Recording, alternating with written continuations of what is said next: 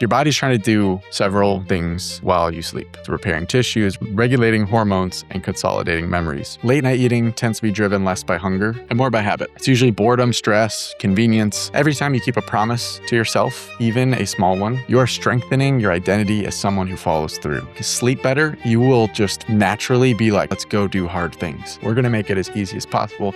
Welcome to the Willpower Podcast.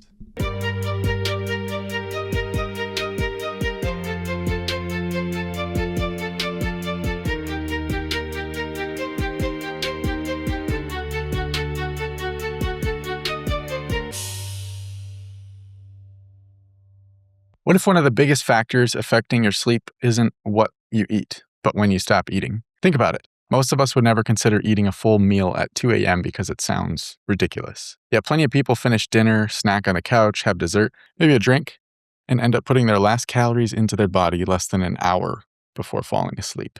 So why does moving that final bite just a few hours earlier seem to have such an outsized effect on sleep, energy, weight, and even self-control the next day? Let's talk about it. This is the podcast where we talk about building willpower in the real world. It's not about motivation, grit, or discipline. I talk about concrete actions that make doing what you want to do easier. Every week, I'll give you one action to add on to your routine. If anything doesn't fit with you, all good. Listen to a different episode that resonates. For me, I count an action a success if I'm able to hit 5 out of 7 days regularly per week. You can also use the app that I built called Grooves to track your progress, or any other app that tracks habits or routines, or some tracking system that you like. All right, let's get into it. So this week we're talking about eating before bed. And the challenge is quite simple. Stop eating 3 hours before bed. The time is kind of arbitrary, that 3-hour mark. From what I've seen and my best understanding, the farther you can push it, the better. But I know for most people, myself included, I'm used to eating dinner. And it's really hard to push dinner, farther back than 3 hours. So we're going to aim for 3. 3 seems to be a good buffer. So that's the challenge.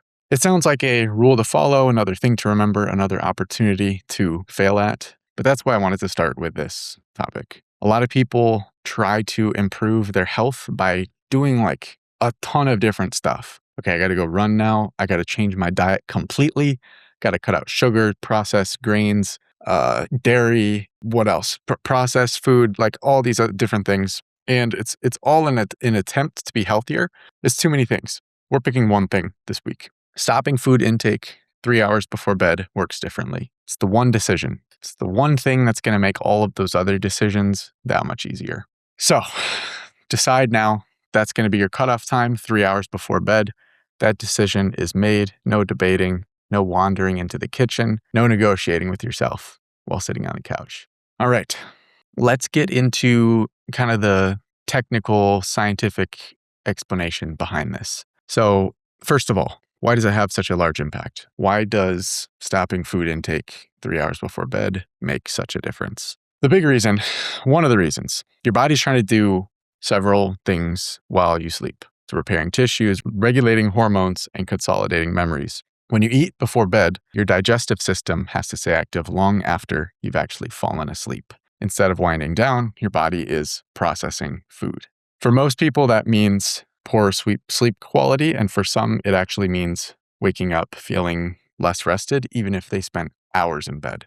So for me, I know this feeling of like eating a meal and then being really sleepy and like sleeping, but the truth is you're not getting the most quality sleep because you are making your body do other things than sleep. Your body should be fully focused on sleeping, and eating takes over. That's something your body has to focus its resources on, and it's not focusing on the things that it needs to do for you to sleep well. The benefits also go beyond sleep. So that's number one. Sleep is the biggest thing.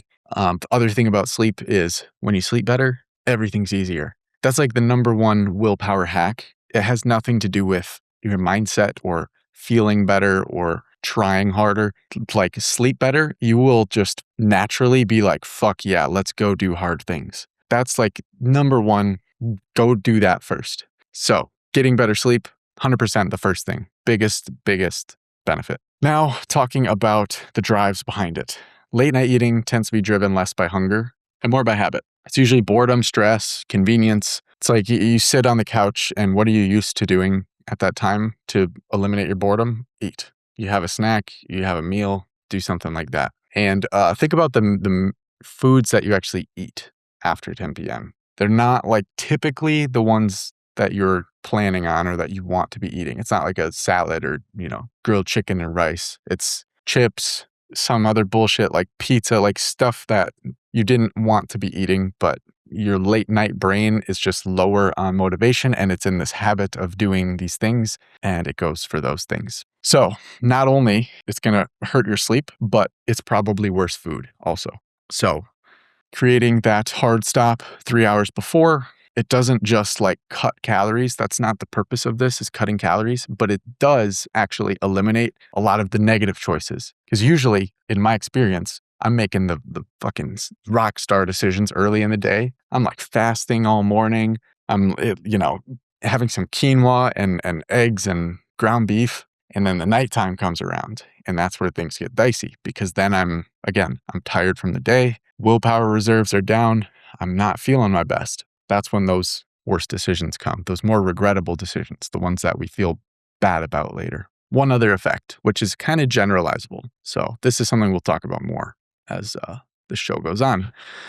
Every time you keep a promise to yourself, even a small one, like one day you don't eat 3 hours before bed, you're strengthening your identity as someone who follows through, as someone who cares about their sleep, someone who cares about their willpower, someone who is focused on living a better life and prioritizing themselves. You become someone who follows through, not because you have superhuman willpower, but just because you've created a clear rule and you actually listened to it. You trusted yourself. You said, hey, I trust that I made that decision for a good reason. And yeah, maybe I want some pizza right now, but guess what? I'm going to trust in myself and make that decision. So that's the decision that I'm asking you to make this week. And that's kind of the explanation behind why we're doing this one. Now, this segment of the show is our personal experience segment. So obviously I picked this one as our first episode of this new style of the podcast, this new purpose, this drive of building easy willpower. I picked this one for a reason because this is honestly something that I have struggled with for a long time, is this late night eating. I mean, I've already talked about it, but this okay, it's late at night. I have been doing so good all day. I'm following my plan. I'm sticking with it, hitting really clean eating, clean macros, and then boom, it all falls apart. It's always at night. I don't know the last time that I fell off in the middle of the day or in the morning. That almost never happens unless I had something left over from the night before when I went off the rails. It always starts in the night. So let me answer a few questions just to make this more personal, to let you in and see this is something that I genuinely am going to be if I release this episode and no one does it and I do only, fucking a huge win. Holy shit. That would be amazing for me. So first question, when did I first notice that eating late at night was affecting me? So I definitely have had this problem for a long time. I even remember in high school, smoking weed and going home and just binging and eating a bunch of shit. But I never actually made the connection that okay, this is probably actually hurting me until much later, probably only a few years ago. I would say around the time I'm 22, 23, I remember there's a period where I'm being really healthy. I'm doing a lot of great stuff, running regularly, lifting regularly, eating good, going for a lot of walks. And then one day I had a 6:30 a.m. yoga event thing in the morning, Friday morning, and it's Thursday night. And it's 10 p.m. And for some reason, I'm just I'm wanting to eat something. And I don't even eat something that unhealthy. I remember, I talked about it before that usually it ends up being something unhealthier than we're typically inclined towards. This time it was just literally a ground beef patty. I eat it, I go to bed right after, and then I got to get up early, super early, 5:30. And I go to the event and I just my stomach just feels like it has a pit in it. I just feel bad. It's I have undigested food just sitting in there. And part of me is how there's no way I could sleep well if I feel this uncomfortable after I wake up. It's been 8 hours since I ate that and I still feel this discomfort. There's no way that my body was just able to sleep with this amount of discomfort. There's no way. So that was one time where I actually made that connection. And I began thinking hey, this might be something that is actually not helping me. This is actually hurting me. that I'm doing this. I wish I could say that that was the end of it. I realized it and then boom, I never did it again. But yeah, this kind of thing ebbs and flows for me. There are periods where I'm on it. I'm on top of it. I'm not eating. It was like that a few months ago. I had a period where I was like, yeah, 3 hours, no food. And that was great. And I was following it.